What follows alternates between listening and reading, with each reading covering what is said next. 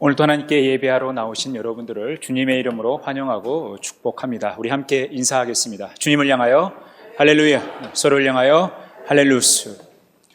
사랑하는 성도 여러분, 우리는 6월에 들어서 이 나라와 이 민족의 상황을 생각하며 이 범죄 도시에 대해서 함께 말씀을 나누고 있습니다. 범죄 도시는 하나님의 심판을 피할 수 없다라는 것이죠. 그러니까 죄는 항상 하나님의 심판을 불러온다라는 것입니다. 이 땅에 인간들이 모이는 모든 곳에 도시가 형성이 되어지고 그 인간의 죄성이 그곳에서 모이기 시작해서 도시는 범죄 도시가 되는 것입니다. 그리고 그 범죄 도시는 하나님의 심판을 향해 가는 것이죠. 여러분, 수많은 도시들이 있지만 이 범죄 도시의 끝판왕이 있어요. 성경에 예루살렘 다음으로 많이 거론되어지는 이 도시가 이 바벨론, 또 이 바벨론 제국입니다. 이 범죄 도시의 끝판왕이라고 할 수 있는 이 바벨론의 이 모습을 우리가 함께 묵상하면서 그 의미가 우리의 삶에 주는 교훈을 함께 나누도록 하겠습니다. 바벨론은 하나님의 심판의 막대기로도 한때 사용되었습니다. 하나님께서 북이스라엘은 아수르에서 나라가 망하게 됐고 남쪽 유다는 바벨론에 의해 나라가 망하게 됐어요. 하나님께서 이 바벨론을 심판의 막대기로 사용하신 것입니다. 하지만 하나님의 심판의 막대기로 한때 사용되었다 하더라도 이 바벨론 역시 하나님의 심판을 피할 수 없는 그 모습을 보게 됩니다. 바벨론이 망하기 한 150여 년 전에 하나님은 이사야 선지자를 통해서 이 바벨론의 패망을 예고하셨습니다. 열국의 영광이요 갈대아 사람의 자랑하는 놀이개가 된 바벨론이 하나님께 멸망당한 소돔과 고모라 같이 되리니, 이 바벨론도 소돔과 고모라처럼 하나님께 멸망을 당한다라는 것입니다. 아무리 힘이 강하고 강한 민족과 나라이라 하더라도 하나님의 심판을 면할 길이 없다라는 것입니다. 하나님께서 그 심판을 선언하셨을 때는 그 나라는 만왕하게 되어 있다라는 것입니다. 이사야 선지자뿐만 아니라 에레미야 선지자를 통해서도 이 바벨론이 망하기 한 40여 년 전에 이 바벨론의 패망을 예고하신 것입니다. 에레미야 51장에 보면 바벨론으로부터 부르짖는 소리가 들리도다. 갈대아 사람의 땅에 큰 파멸의 소리가 들리도다. 이는 여호와께서 바벨론을 황폐하게 하사 그 큰 소리를 끊으심이로다. 원수는 많은 물같이 그 파도가 사나우며 그 물결은 요란한 소리를 내는도다. 남쪽 유다가 바벨론보다 힘이 약했기 때문에 결국 나라가 망하게 됐죠. 이 열강의 각축전은 이 힘의 원리에 따라 새로운 나라가 세워지고 망하기도 합니다. 그러니까 자신들보다 더 힘센 나라가 자신을 향해서 싸워오면 대개는 망할 수밖에 없는 것이죠. 이 열강의 이 역학관계 속에서 남쪽 유다는 바벨론보다 힘이 약했기 때문에 바벨론에 의해 나라가 망하게 됐어요. 그렇다면 바벨론은 어떻게 되는 거예요? 바벨론보다 더 강한 나라가 일어나면 이 바벨론도 망하게 되는 것입니다. 결국 이 페르시아 제국 고레스 왕에 의해서 이 바벨론도 나라가 망하게 되는 거죠. 주전 586년에 남쪽 유다를 멸망시켰던 바벨론은 주전 539년에 이제 고레스 왕에 의해서 나라가 망하게 되는 것입니다. 그러면서 이 일은 다 하나님께서 이면에서 역사하신 것이죠. 사실 겉으로 보기에는 남쪽 유다가 바벨론에 의해 힘이 약하기 때문에 나라가 망한 것 같지만, 바벨론이 페르시아 제국보다 더 힘이 약하기 때문에 나라가 망한 것 같지만, 이것은 다 하나님께서 역사하신 하나님의 심판의 사건이라는 것입니다. 그러면 이 남쪽 유다도 바벨론에 의해서 나라가 망하게 됐는데 그 원인이 그들의 죄 때문인 것이죠. 그 죄를 하나님께서 심판하셨기 때문에 남쪽 유다가 망한 것입니다. 그러면 바벨론은 어떻게 된 거예요? 바벨론도 그 재난 때문에 몰락하고 일어나지 못할 정도로 피폐하게 되는 것입니다. 예루살렘과는 다르게 바벨론은 다시 일어나지 못한다는 거예요. 그들이 패망해서 다시 회복되지 못한다는 거죠. 예루살렘은 하나님께서 다시 회복을 약속하셨지만 이 바벨론은 회복되지 못한다는 것입니다. 그들 역시도 이렇게 패망하게 된 원인이 있죠. 바로 그들의 죄 때문인 거예요. 그들의 죄로 말미암아 그들이 영원히 폐허가 된다는 것입니다. 그들이 이제 하나님 앞에서 심판을 받게 되고 다시 일어나지 못하는 이 멸망을 경험하게 되는 거죠. 그러면서 실제적으로 이 바벨론 제국은 주전 539년에 역사의 뒤안길로 사라졌습니다. 그리고 다시 바벨론은 일어나지 못합니다. 다시 똑같은 이름을 가진 나라가 세워지지 못한다라는 것입니다. 이것이 하나님의 심판의 엄중함이죠. 결국 죄는 그들로 하여금 멸망으로 가게 했다라는 것입니다. 이것은 불변의 법칙이에요. 이 땅에 존재했던 모든 나라 안에 일어났던 불변의 법칙, 그것은 죄로 말미암아 그들은 망하게 된다라는 것입니다. 아무리 흥망성쇠를 걷는다 하더라도 결국 이 죄 문제를 해결하지 못하면 그 나라와 민족은 망하게 돼 있다라는 거예요. 바로 바벨론도 예외가 아니었던 것입니다. 주전 539년에 역사의 뒤안길로 사라졌던 바벨론이 갑자기 AD 60년경에, 주후 90년경에 이제 다시 등장하고 있습니다. 요한계시록에서 바벨론이라는 나라가 다시 등장하고 있어요. 그런데 오늘 이 바벨론의 이름을 등장시킨 인물은 사도 요한인데, 하나님께서 사도 요한에게 환상을 통해서 바벨론을 보여주고 계시다라는 것입니다. 오늘 요한계시록 18장에서는 하늘에서 천사가 내려와요. 능력 있는 천사가 내려와서 외치고 있습니다. 무엇을 외칩니까? 바벨론의 패망을 외치고 있다라는 것입니다. 힘찬 음성으로 외쳐 이르되 무너졌도다 무너졌도다 큰 성 바벨론이요. 바벨론은 큰 성이었다라는 것입니다. 바벨론은 큰 도시라는 것입니다. 그런데 무너졌도다 무너졌도다 완료형으로 쓰여지고 있어요. 그리고 그것을 두 번에 걸쳐서 이야기하고 있어요. 이것은 강조하고 있다라는 것입니다. 그리고 또한 이것은 확정됐다라는 것입니다. 큰 성 바벨론은 그 패망이, 그 무너짐이 확정됐다라는 것입니다.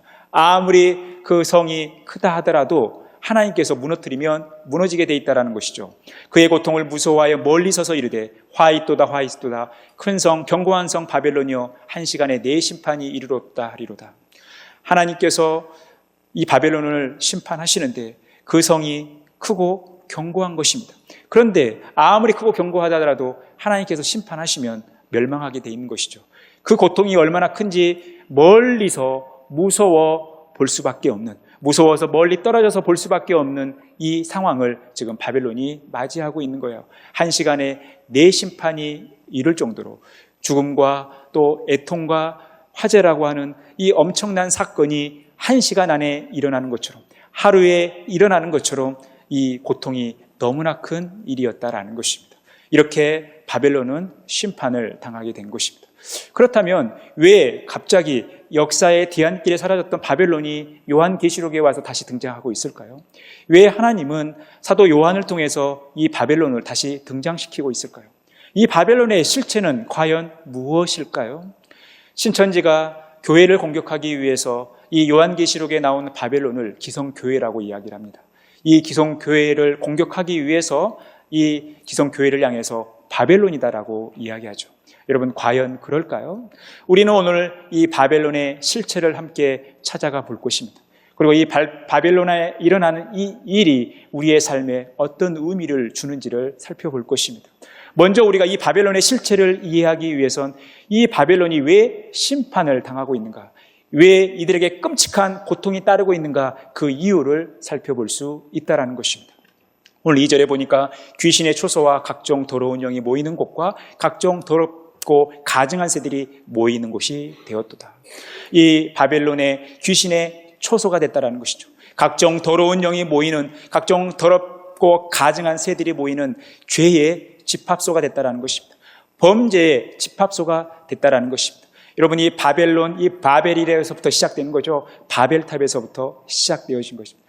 이 바벨탑에 일어난 일, 그리고 이 소돔과 고모라 땅에 일어난 일, 그리고 예루살렘 안에 일어난 일이 동일하게 지금 이 바벨론에서 일어나고 있다는 거예요. 그들에게 죄의 집합소가 된 것이죠. 바벨과 또한 소돔과 고모라와 예루살렘을 합쳐놓은 도시가 바로 이 바벨론이라는 것입니다. 이런 죄가 집합되어 있기 때문에 이들이 심판을 당하게 된 거죠. 그러면 이들의 구체적인 죄의 모습이 어떤 모습인가? 그 음행의 진노의 포도주로 말미암아 만국이 무너졌으며, 또 왕들이 그와 더불어 음행하였으며, 땅의 상인들도 그 사치의 세력으로 치부하였도다. 지금 이 바벨론 도시가 범하고 있는 가장 큰 죄는 두 가지로 나타났는데, 하나는 음행과 하나는 사치였다라는 것입니다. 그들이 너무나 음란한 삶을 살았고, 그들이 가지고 있는 부로 인하여 너무나 사치의 삶을 살아간 것이죠. 그래서 이 음란함과 사치는 그들을 멸망으로 인도했다라는 것입니다. 얼마나 음란함이 심했는지, 얼마나 사치가 심했는지 실제적으로 이 로마의 역사를 보면 외부에 의해서 나라가 망한 것이 아니라 내부적인 문제로서 나라가 망하게 되는 그 모습을 우리는 살펴볼 수 있는 것입니다. 그 죄는 하늘에 사무쳤으며 하나님은 그의 불의한 일을 기억하신지라. 그 죄가 하늘에 사무쳤다라는 것입니다. 하늘에 다 닿을 정도로 그들의 죄가 심각했다라는 거예요. 근데 중요한 것은 하나님께서 그들의 죄, 그들의 불의한 일을 보고 계시고 기억하고 계신다라는 것입니다. 우리는 오늘 이 바벨론의 모습 속에서 이 바벨탑이 세워졌던 신할 평지의 모습이 떠오르죠. 그리고 음란함으로 인하여 하나님 앞에 심판을 당했던 소돔과 고모라의 모습을 보게 되는 거예요. 그리고 하나님 앞에 우상을 숭배했던 예루살렘의 모습을 이 바벨론에서 보고 있다는 것입니다. 그러니까 이 세 도시를 다 합쳐놓을 정도의 끔찍한 일을 벌이고 있는 것이 이 바벨론이라는 거예요.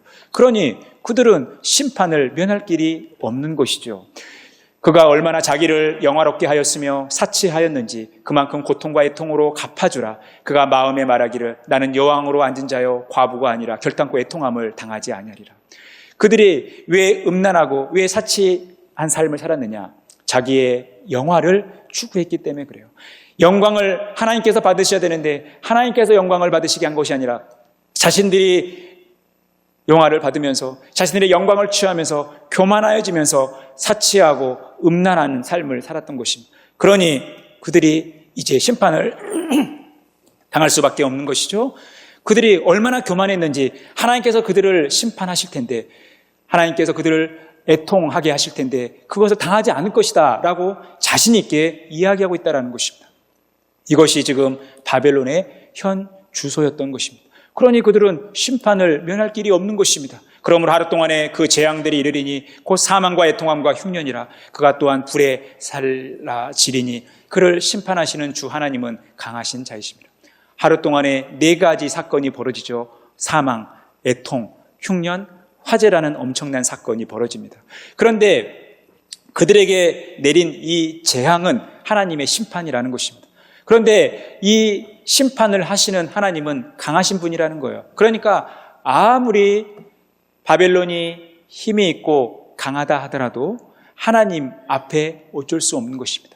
하나님의 심판을 막을 수 없다라는 것입니다. 그러니 그들은 멸망의 길을 걸어갈 수밖에 없는 것입니다. 하나님이 그들을 심판하시기 때문에 그들은 멸망할 수밖에 없는 것입니다. 그와 함께 음행하고 사치하던 땅의 왕들이 그가 불타는 연기를 보고 위하여 울고 가슴을 치며 그의 고통을 무서워하여 멀리 서서 이야기합니다.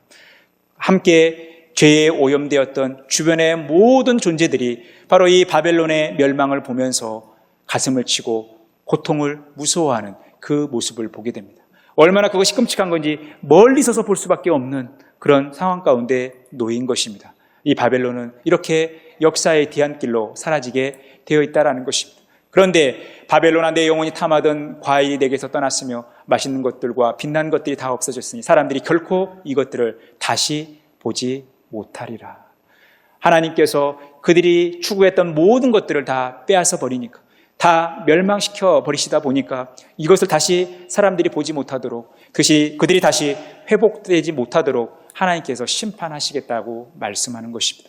사랑하는 성도 여러분, 우리는 오늘 바벨론의 심판, 바벨론의 멸망을 보게 되는 것입니다. 바벨론이 심판을 당하고 그 원인과 그 결과를 바라보면서 이 바벨론 가운데 나타나고 있는 특징이 있다는 거죠. 그것은 바로 음란과 사치라는 것입니다. 하나님 앞에서 음란하고 사치하고 우상을 숭배하여서 결국 하나님을 대적하는 삶을 살아가고 있다는 것입니다. 그렇다면 이 바벨론의 실체는 무엇이냐라는 것입니다. 우리가 아무리 역사를 뒤져봐도 고대 이 바벨론 제국이 멸망하고 나서 신 바벨론 제국이 주전 539년도에 멸망하고 나서 다시 바벨론이라는 나라가 생기지 않았지만 왜 이 로마는 이 요한계시록은 이 바벨론을 언급하고 있냐라는 거예요. 사실 오늘 이 18장에 오기 전에 17장에서 이 바벨론의 실체를 보여주고 있는 장면을 보게 됩니다. 이 17장에 음녀가 등장해요. 그 음녀 역시도 하나님의 심판을 당하게 됩니다. 그런데 이 음녀가 어떤 존재인가? 그 이마에 이름이 기록되었을 때 비밀이라 큰 바벨론이라 땅의 음녀들과 가증한 것들의 어미라 하였더라. 음녀가 등장하는데 그 이마에 큰 바벨론이라는 이름이 쓰여져 있다는 것입니다. 한마디로 이 바벨론은 음녀와 연결되어 있다는 거예요. 땅의 모든 음녀들, 가증한 것들의 어미라고 불려지는 이 음녀와 이 바벨론이 연결되고 있다는 것입니다. 그런데 이 음녀가 또 연결되고 있는 존재가 있어요. 그 여자는 자주 빛과 붉은 빛옷을 입고 금과 보석과 진주로 꾸미고 손에 금잔을 가졌는데 가증한 물건과 그의 음행에 더러운 것들이 가득하더라. 이 음녀는 지금 굉장히 사치스럽죠. 사치로 자신을 꾸미고 있어요. 그런데 그 안에는 가증한 물건, 음행과 더러운 것들이 가득했다라는 것입니다. 가증한 것과 음행과 더러운 것들로 자신을 꾸미고 있지만 이것은 가증된 사치일 뿐이라는 거예요. 이것이 왜 이렇게 나타나는가? 이 음료도 연결된 존재가 있다는 것입니다. 광야로 가보니까 여자가 붉은 빛 짐승을 타게 돼요. 그리고 그 짐승의 몸에 하나님을 모독하는 이름들이 가득하다라는 것입니다. 그리고 7머리와 10뿔을 가진 짐승이었다라는 것입니다. 이 음녀가 타고 있는 짐승이 한마디로 하나님을 모독하는 이름이 가득한 그런 가증한 짐승이었다라는 것입니다. 이 바벨론은 음녀와 연결되어 있고 이 음녀는 하나님을 모독하는 짐승과 연결되어 있기 때문에 이 세계가 유기적으로 연결되어져서 이 바벨론이라는 엄청난 범죄 집단, 엄청난 범죄 도시를 만들고 있다는 것입니다. 그렇다면 우리가 여기서 이 바벨론의 실체를 어떻게 찾을 수 있는가? 오늘 이 7머리와 10뿔이 등장하고 있죠. 음녀가 타고 있는 이 짐승은 7머리와 10뿔을 가졌습니다. 여러분, 7머리와 10뿔을 가진 짐승을 보신 적 있습니까? 꿈에서 보신 적이 있을 수도 있고 또 TV에서, 영화에서, 그림으로 보신 적은 있을 텐데요. 여러분, 7머리와 10뿔을 가진 짐승은 현세에 존재하지 않습니다. 상상 속에 존재하는 거죠. 그리고 상징적으로 존재하는 것입니다. 그러면 여러분, 이것이 의미하는 게 뭘까요? 이 바벨론의 실체가 있다는 것입니다. 그런데 이 바벨론의 실체를 상징적으로 표현하고 있다는 것입니다. 여러분, 이 요한계시록은 편지이자 묵시문학입니다. 이 묵시문학은 비유적인 표현을 통해서 이 소망을 담고 있는 거예요. 그래서 이 요한계시록을 읽고 있는 기독교인들은 이 7머리를 가진 10뿔을 가지고 있는 그런 이 짐승의 실체를 알고 있는 거예요. 왜냐하면 이것이 묵시문학이기 때문에 그렇습니다. 예를 들어서 우리나라가 1910년에 일본의 식민지가 돼서 45년까지 이 식민지가 계속 이어지죠. 이때 많은 문학가들이 등장을 했습니다. 그러면서 시를 쓰거나 소설을 쓰면서 그 작품에 독립을 담았어요. 예를 들면 제가 일제시대에 존재하는 시인으로서 이런 시를 써요. 밤새 비가 오더니 아침에 해가 뜨는구나. 여러분, 이것이 시 한 편이지만 이 시를 읽고 있는 독자들은 이 시를 어떻게 하느냐? 새벽까지, 밤까지 우리가 일제 식민지에 살았는데 이 아침이 되니까 대한민국의 독립이 찾아왔구나. 이렇게 해석을 하는 거예요. 이 시인이 대놓고 우리가 일제 식민지가 됐지만 이제 아침이 되면 독립이 된다라고 글을 쓰면 어떻게 되겠어요? 당장 감옥에 끌려가는 거죠. 그래서 시인들은, 문학가들은 이런 상징적인 표현을 써서 우리나라의 독립을 담았던 거예요. 여러분, 지금 이스라엘 백성들, 특히 기독교인들이 하나님을 섬기고 믿음의 길을 걸어간다는 것은 정치적으로, 환경적으로 매우 쉽지 않은 상황이었어요. 그들의 신앙을 지켜간다는 것이 굉장히 어려운 일이었어요. 그런 성도들에게 사도 요한은 이 요한계시록이라는 이 묵시문학을 통해서 그들을 위로하고 격려하고 있는 거예요. 지금 사도 요한이 이야기하고 있는 7머리를 가진 짐승, 10뿔을 가지고 있는 이 짐승의 실체가 무엇인지 이 요한계시록을 읽고 있는 독자들은, 성도들은 알고 있다라는 거예요. 무엇으로 알고 있을까요? 당시 로마 제국으로 알고 있는 거예요. 그들을 핍박하고 종교적으로 정치적으로 탄압하고 있는 이 로마 제국이 이 바벨론의 실체라는 사실을 이 요한계시록을 읽고 있는 당시 기독교인들은 다 알고 있는 것입니다. 그러니 이 요한계시록을 읽으면서 바벨론의 패망을 듣고 있는 당시 기독교인들은 이제 곧 있으면 하나님께서 이 로마를 심판하시는구나 라는 이 믿음을 가졌던 것입니다. 이 확신을 가졌던 거예요. 그래서 힘겹게 신앙생활을 하고 있는 그들이 이 하나님의 말씀을 붙들고 믿음을 지켜갔던 것입니다. 지금 사도 요한은 이 환상을 통해서 초대교회 성도들을 위로하고 있는 것입니다. 그러니 이 바벨론은 당시 로마로 대표되어지는 하나님을 대적하는 사단의 권세 아래 놓여있는 모든 세속의 문명을 상징한다는 것입니다. 왜 그러냐면 지금 당시 이 요한계시록을 읽고 있는 성도들은 로마의 속박 가운데 있습니다. 이 요한계시록을 읽고 있는 초대교회 성도들, 당시 기독교인들은 이것을 이해하고 있지만 이제 2000년이 훌쩍 지난 우리들에게, 저와 여러분에게 이 요한계시록 18장은 어떤 의미가 있냐라는 것입니다. 단순히 로마 제국만을 상징하는 것이 아니라 하나님을 대적하는 마귀의 권세 아래에 놓여서 온갖 죄를 짓고 있는 이 죄의 세력이 바로 이 시대를 살아가는 우리들 앞에 서 있는 바벨론의 실체라는 것입니다. 그런데 중요한 것은 하나님께서 이 바벨론을 심판하신다라는 것. 그래서 우리가 죄와 사망의 권세를 이길 수 있다라는 것입니다. 그러니 여러분, 여기에 소망을 가지고 믿음의 길을 온전히 걸어가자라는 것입니다. 반드시 범죄 도시는 하나님의 심판을 받게 돼 있기 때문에 우리는 이 범죄 도시에서 함께 망하는 삶이 아니라 믿음을 지키고 하나님을 사랑하고 하나님을 온전히 경배하는 그런 복된 삶을 살아가야 한다는 것입니다. 오늘 이 바벨론은 로마로 대표되어지는 이런 세속 문화를 의미하는데 결국 이 죄는 하나님의 심판을 면할 길이 없다라는 것이죠. 육체의 일은 분명하니 곧 음행과 더러운 것과 호색과 우상 숭배와 주설과 원수 맺는 것과 분쟁과 시기와 분냄과 당짓는 것과 분열함과 이단과 투기와 술취함과 방탕함과 또 그와 같은 것들이라. 전에 너희에게 경계한 것 같이 경계하노니 이런 일을 하는 자들은 하나님의 나라를 유업으로 받지 못할 것이요. 우리가 육체의 일을 하면 하나님의 나라를 유업으로 받지 못한다는 것입니다. 그러니 우리는 영적인 일을 해야 된다는 것입니다. 여러분, 이 육체의 일은 분명하다는 거예요. 온갖 음행과 더러운 우상 숭배, 이런 방탕한 삶들이, 하나님을 대적하는 이 모든 삶들이 바로 육체의 일이라는 것입니다. 이 바벨론은 이 육체의 일로 인하여 결국 망하게 된 것입니다. 그 성이 무너진 것입니다. 범죄 도시로서의 최후를 맞이하게 된 것입니다. 그러니 우리도 늘 육체의 일을 삼가하며 영적인 일을 감당해야 되는 것입니다. 날마다 하나님을 바라보고 하나님을 의지하며 믿음의 길을 걸어가는 것입니다.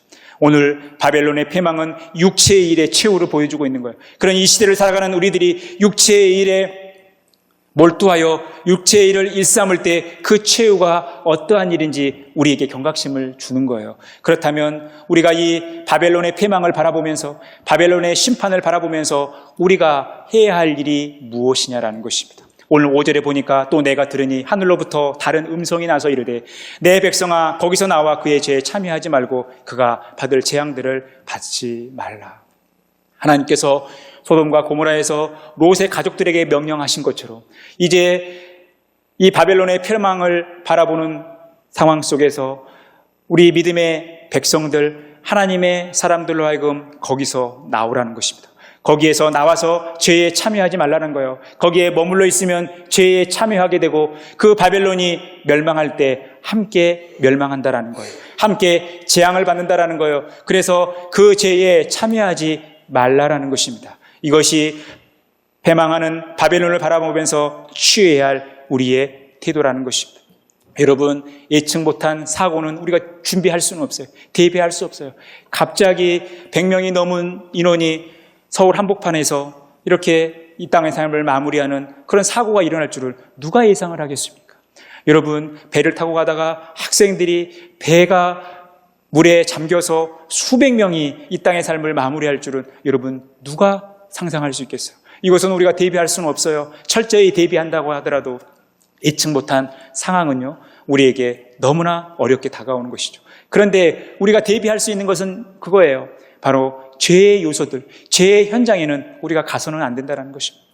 죄를 짓는 현장에 우리가 가서 그 죄와 동화되어서는 안 된다는 거예요. 우리는 그것을 경계해야 되는 것입니다. 우리는 이 바벨론의 패망을 보면서 늘 죄와 분리되어지는 삶을 추구하는 우리의 태도를 배우게 되는 것입니다.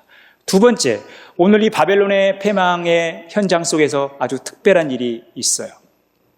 우리 24절에 보니까 선지자들과 성도들과 및 땅 위에서 죽임을 당한 모든 자의 피가 그 성 중에서 발견되니라. 바벨론 성이 패망할 때 거기에서 발견되어진 것은 선지자들 그리고 죽음을 당한 성도들의 피가 그곳에서 발견된 거죠. 그들이 믿음을 지키다가 하나님의 말씀을 전하다가 거기에서 순교를 당한 것이죠. 그런데 여러분, 우리가 이 순교당한 선지자 성도들의 모습 속에서 무엇을 발견할 수 있습니까? 이 범죄 도시에서 이 죄와 타협하지 않고 죄와 동화되지 않으면서 하나님 앞에 범죄하지 않으면서 죽어가는 우리 성도들의 신앙을 보게 되는 것입니다. 여러분, 죄는 하나님께서 반드시 심판하시는 거예요. 하나님은 자비로우신 분이지만, 그래서 우리를 사랑하시는 분이지만, 우리에게 은혜를 주시는 분이지만, 하나님은 공의로우신 하나님이기 때문에 죄는 반드시 심판해야 되는 것입니다. 그래서 이 죄와 우리는 싸워나가야 되는데, 당시 바벨론 안에 살았던, 로마 제국 안에 살았던 성도들은 그 죄와 타협하지 않고 죽기까지, 피 흘리기까지 죄와 싸웠던 것입니다. 그래서 히브리서 기자가 우리가 죄와 싸우되 피 흘리기까지 죄와 대항해야 된다라고 말씀하고 있는 거예요. 이것이 예수님을 바라보는 믿음이라는 것입니다. 여러분, 우리가 예수님을 믿고 살아간다는 것, 예수님의 십자가를 바라보며 살아간다는 것은 우리가 죄와 끊임없이 싸우고 투쟁하는 것입니다. 여러분, 이것이 우리가 죄로부터 자유로운 모습이에요. 그래서 예수 그리스도 안에 우리가 있으면 결코 정죄함이 없는 것입니다. 왜냐하면 예수 그리스도 안에 있는 생명의 성령의 법이 죄와 사망의 법에서 우리를 자유롭게 하기 때문에 그런 거예요. 그래서 여러분, 우리가 예수 그리스도 안에 살아간다는 것은 죄의 현장에 가지 않는 것입니다.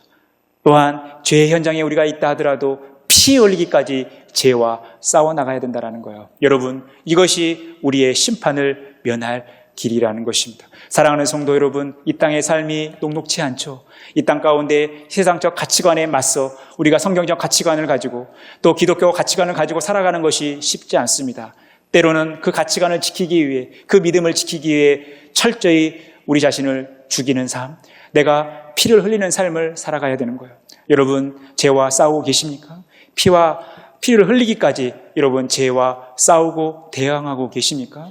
여러분, 세상적 가치관은 우리 자녀들 주일날 학원 보내면서 고3 때까지는, 고3 지나갈 때까지는, 대학 다닐 때까지는 교회 다니는 거 조금 쉬고 학원 가야지, 열심히 공부해야지. 여러분, 그 가치관에 맞서서 피 흘리기까지 우리 아이들 교회 출석하는 거 힘써 지도하고 계십니까? 여러분, 공부와 신앙을 맞바꾸며 하나님 앞에 혹 범죄하는 삶을 살아가고 있지 않냐는 거예요. 여러분, 우리 아이들 주일에 학원 안 보내고 교회에 보내는 것도 어찌 보면 우리가 죄와 피 흘리기까지 싸우는 것입니다.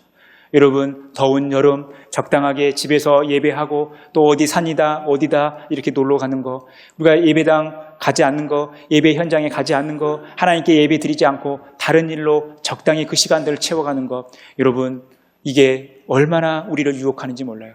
그렇지만 우리가 이 예배 자리를 지키고 이 예배 시간을 지키고 하나님께 예배하는 것들을 사모하며 정말 피 흘리기까지 이 세상적 가치관과 싸우고 있냐라는 것입니다. 우리 교회에 나오신 지 몇 년 안 된 우리 성도님인데, 그 성도님이 항상 2부 예배를 오시다가 여러분은 아마 요즘에 잘 못 보실 거예요. 그 형제님이 1부 예배에 오셔요. 그러면 왜 이분이 1부 예배를 오시느냐? 작년 10월경에 아버지, 어머니가 섬기시는 교회에 전도축제가 됐어요. 그런데 그렇게 어머니 말씀을 안 듣던 아버지가 드디어 전도축제 때 교회를 가시게 된 거예요. 그래서 한번 출석했습니다. 한번 출석했는데 그 다음부터는 안 가려고 해요. 그러니 이 아들 입장에서 얼마나 마음이 아프겠어요. 그래서 이 형제가 지금 어떤 일을 하고 있느냐, 우리 교회 9시 예배에 참석하고 오산에 사시는 아버지 모시고 지금 어머니가 출석하고 있는 교회에 모시고 다니는 거예요. 지금 8개월째 이렇게 하고 있습니다. 여러분, 이게 쉬운 일입니까? 직장인들이 밤늦게까지 일하고 토요일 주일 겨우 쉬는 힘겹게 살아가는 직장인입니다. 그런데 여러분, 이 형제가 지금 아버지의 구원을 위해서 이곳에서 예배 드리고 또 가는 거예요. 여기서 오산까지 차 안 막히면 빨라야 40분인데 그 이상의 시간이 걸릴 수도 있죠. 지금 아버지가 교회를 안 가려고 하니까 얼마나 사단이 그 마음에 그 생각들을 심어주겠어요. 한번 갔으면 됐지 뭐하러 가려고 그래. 이제 한번 갔으니까 아내한테 할 도리 다 했으니까 이제 집에서 쉬어. 그 아버지가 얼마나 사단이 속삭이겠어요. 그런데 그 죄와 지금 이 아들이 맞서고 있는 거예요. 그 아버지가 그 사단의 속삭임에 넘어가지 않도록 그래도 어떻게든 억지로라도 교회 가도록 하기 위해서 피 흘리는 싸움을 하고 있는 거예요. 여러분, 직장인들이 주중에 그렇게 열심히 일을 하고 주일날 와서도 쉬고 싶은데, 교회 와서도 쉬고 싶은데, 주일 예배 9시 예배 드리고 또 다른 교회에 가서 11시 예배 드리는 거, 아버지 모시고 그 예배 출석하는 거, 여러분 쉬운 일이겠어요? 피 흘리기까지 그렇게 싸우는 것입니다. 여러분, 죄는 늘 우리에게 달콤하게 다가옵니다. 우리가 피 흘리기까지 싸우지 않으면 우리는 죄의 오염이 되는 거예요. 그리고 우리는 범죄 도시에 동화되게 되어 있습니다. 그러니 여러분, 우리가 늘 주님을 바라보시면서 주님 그 십자가를 붙들며 살아가시기를 간절히 바라겠습니다. 이것이 철저히 우리 자신을 죽이는 행위인 거죠. 우리가 피 흘리는 행위라는 것입니다. 골로새서 3장 5절에서 6절 말씀을 우리 함께 읽고 말씀을 마무리하겠습니다. 그러므로 땅에 있는 지체를 죽이라. 곧 음란과 부정과 사욕과 악한 정욕과 탐심이니 탐심은 곧 우상숭배니라. 이것들로 말미암아 하나님의 진노가 임하느니라. 하나님은 공의로우신 분이기 때문에 죄를 미워하십니다. 죄를 짓는 인간과 죄를 분리시키기를 원하시는 거예요. 그래서 우리가 하나님의 심판을 받을 수도 있는 거예요. 그런데 이 심판을 면하는 유일한 길은 땅에 있는 지체, 우리 자아를 죽이는 것입니다. 우리의 육적인 일을 삼가하는 것입니다. 혹 우리 안에 음란과 부정과 사욕과 악한 정욕과 탐심, 우상숭배가 있다면 여러분 이것들을 정리하셔야 돼요. 그래서 우리가 주님께 집중하고 주님의 음성을 들어야 한다라는 것입니다. 여러분, 우리는 이 땅 가운데 살아가면서 이 세상 가치관에 맞서 믿음의 길을 걸어가는 것이 쉽지 않습니다. 적정히 타협하고 싶고 양보하고 싶을 때도 있습니다. 편하게 신앙생활 하고 싶을 때가 있습니다. 그런데 때로는 그런 우리의 편안함이 죄에 노출되어지고 하나님을 모욕하고 하나님을 대적하는 일이라면 여러분 이게 얼마나 끔찍한 일이냐라는 것입니다. 여러분, 우리가 믿음으로 말씀으로 승리하면서 거대한 바벨론과 같은 이 시대 속에, 이 상황 속에 우리가 살아가지만 이 바벨론도 하나님의 심판을 견디지 못했다는 사실을 기억하시면서 늘 죄를 멀리하며 하나님을 가까이 하면서 믿음으로 승리하는, 정말 피 흘리기까지 죄와 싸우고 대항하는 그런 복된 삶 살아가시기를 간절히 축원합니다.